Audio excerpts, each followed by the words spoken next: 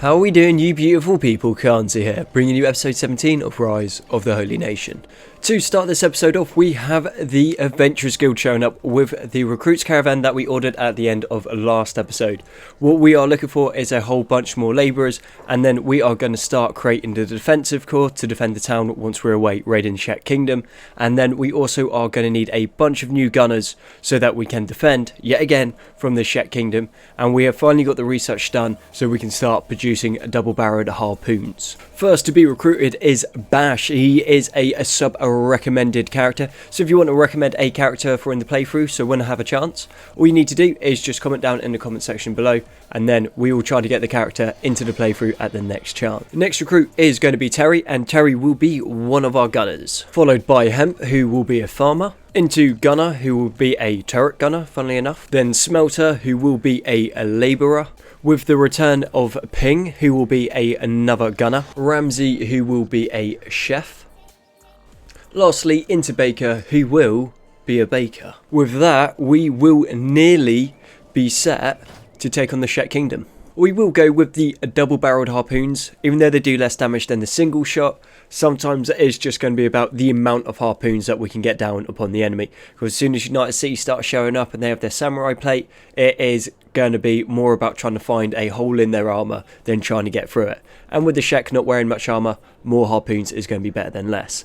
So we will go with the double-barreled harpoons, and the plan for the turret gunners is the ones that are on the double-barreled crossbows who have a little bit of skill, they will move across onto the harpoons, so if there is friendly fire it's not as dangerous, and then the lower level guys will go onto the double-barreled crossbows until they get enough experience to then be replaced onto harpoons. This way we should keep our guys safe and minimise friendly fire. Beginning to run low on iron plates, so we're going to put in 3 more smelters. Nearly got enough medicine production undergo so that we can equip almost everyone that we take on with 5 advanced medikits and 1 splint kit. Once you've got 5 advanced medikits on someone and 1 advanced splint kit, you basically do not need to worry about medical supplies on them for the rest of the game. As we are putting down the double-barreled harpoons, we will need electrical components, so we're going to put in a copper plate beating station and a electrical component or electrical crafting station. So we are going to be able to get all the electrical components that we need, but we will not progress any further down that sort of tech tree because the Holy Nation won't have access to it. But these things the Holy Nation does have access to, so I think it is okay to use them. We have just run into the problem of having too much iron ore, which is, in my mind, a good problem to have, not a bad one. So we've got the primitive forges that are being built, and then all we're going to do is we're just going to move our skilled labourers across onto the forges and our less skilled labourers onto the iron ore nodes. Thinking that pretty soon we are going to be in a super sweet place for the iron plates because we will be burning through them at a crazy quick rate.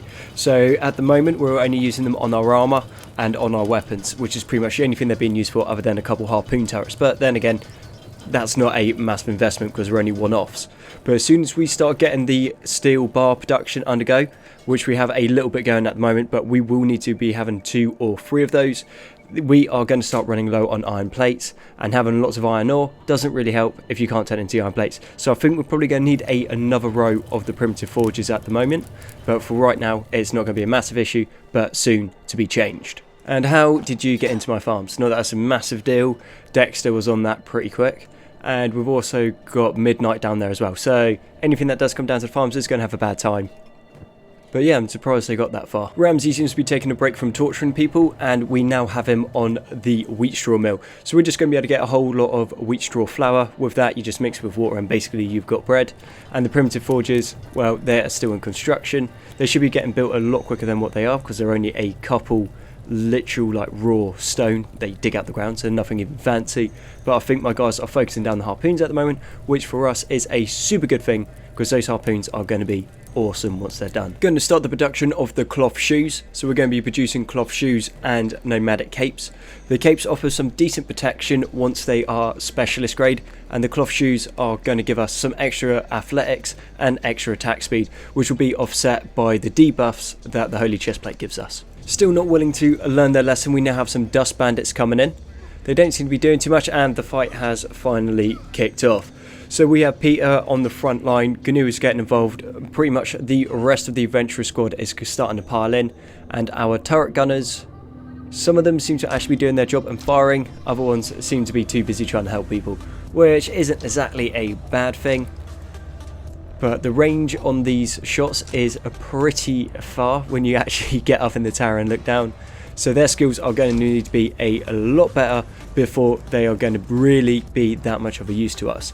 I mean, if the gate was shut and they were just piling down onto a group of people, then they're going to be in a pretty sweet situation. But right now, that isn't the case. But yet, they are still in training, so that will obviously improve in time. And then once we get the harpoons going in, the harpoons should be a bit more accurate than the crossbows anyway.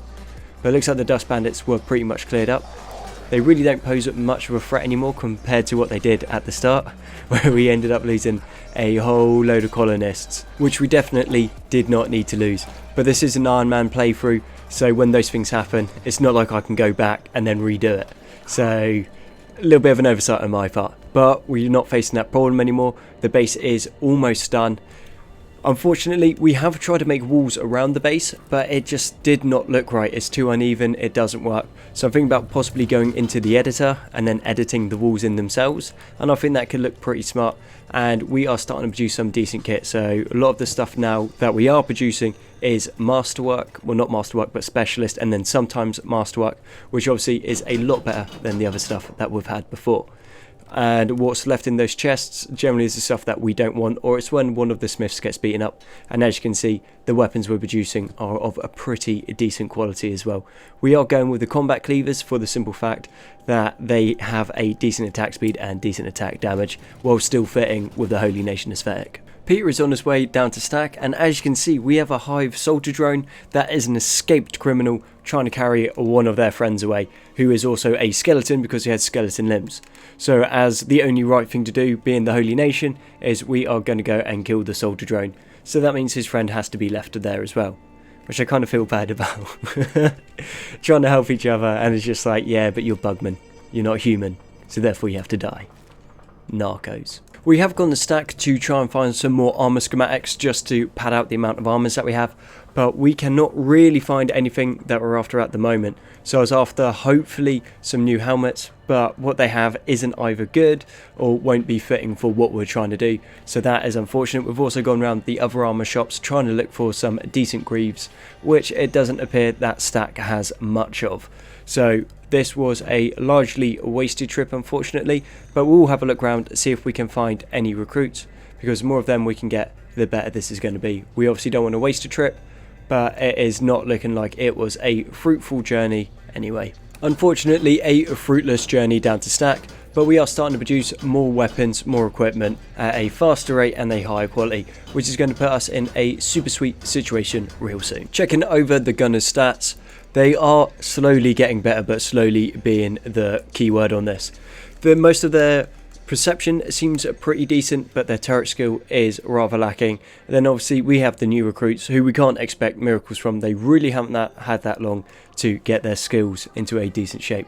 But this is what we're going to be working with, and this is what is going to be defending the base once we move out. We've taken most of the adventurers squad out, we've taken them into Skinner's Rome so they can start picking some fights, and ideally what we're looking for is we are looking for one of the hordes of about 200 to 250 starving bandits.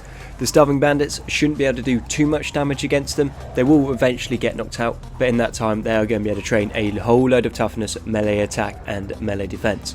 But all we've managed to find is some Orion Crocodilians, which isn't the worst thing. Orion Crocodilians have a very expensive hide that you can take, and you can sell it for about 3k, and also we'll get some meat out of it. So it is not a complete waste of a trip, but we are going to carry on, even though we're going to be moving a lot slower, and see if we can find some starving bandits to take down. Still no starving bandits, but we have found some Onis.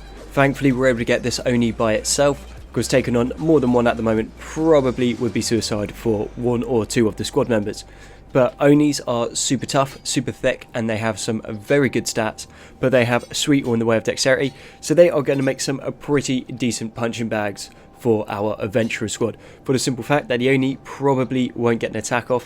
When they do hit like a freight train, so you have to be careful of that. But this is going to be some pretty sweet training for our guys, and also them being robots, we have to attack them on sight.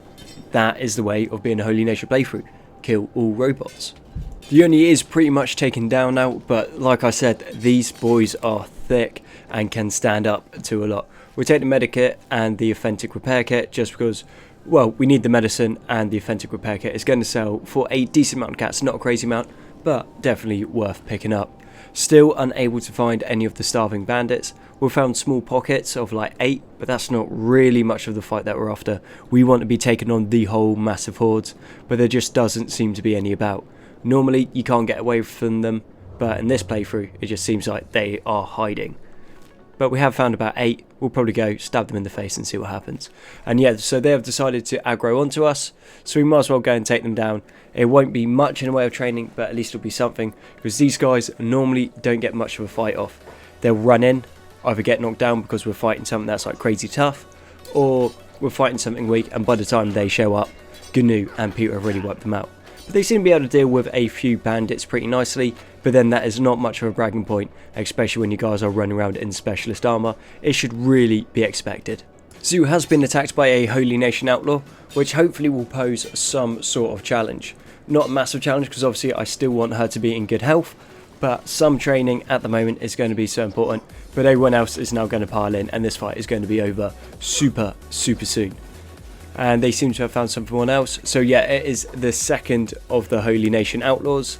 But these guys have decent enough stats, but their equipment isn't exactly what you'd call amazing. It's pretty much what the Holy Nation wears, so, but very low level, which is a little bit annoying. Sometimes they do have decent swords that will sell, well, long cleavers that will sell for about 2 grand, maybe 1,000 cats, but really nothing to write home about. But the reason we are up here is for the way station.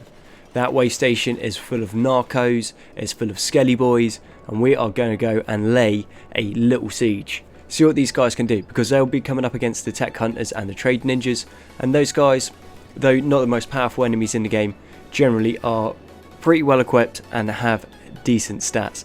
Their armor isn't the best, but their armor is built more towards dexterity, which in itself can be a incredibly powerful build.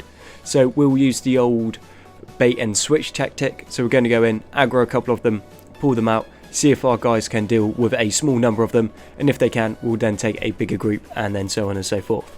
But I think only a couple at the moment will be a good way to find out.